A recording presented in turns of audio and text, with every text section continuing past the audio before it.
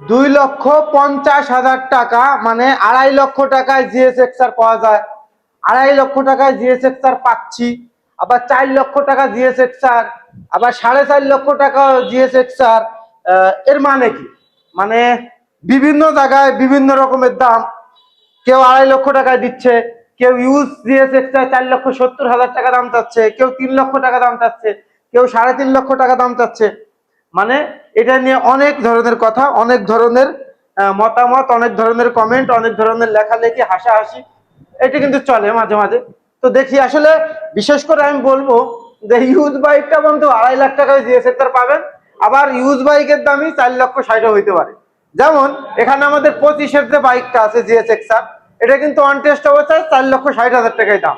কারণ নতুন প্রাইস হচ্ছে 5,25,000 টাকা। 4,60,000 টাকায় নিলে আপনারা প্রায় 65,000 টাকা কমে পাচ্ছেন। তো বাইক তো নতুনের মতোই।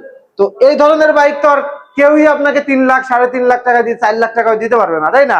আবার দেখবেন 16 বা 17 সালের যে GSX-R, সেগুলো আপনি 2.5 লাখ টাকায় পেয়ে যেতে পারেন, হতেই পারে 2 লাখ 2 লাখ 20ও পেয়ে যেতে পারেন।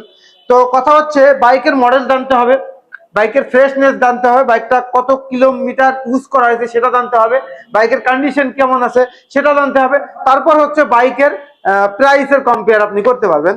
তো কোথায় 2.5 লাখ টাকায় GSX-R, কোথায় 3 লাখ টাকা GSX-R, কোথায় 4,60,000 টাকা GSX-R, এগুলো নিয়ে আসলে আলোচনা সমালোচনা বা হাসাহাসি করার কিছু নাই বন্ধুরা। ইউজ বাইক সম্পূর্ণ মডেল, বাইকের কন্ডিশন, বাইকের ফ্রেশনেস, বাইকের মাইলেজ, এগুলোর উপরে নির্ভর করে।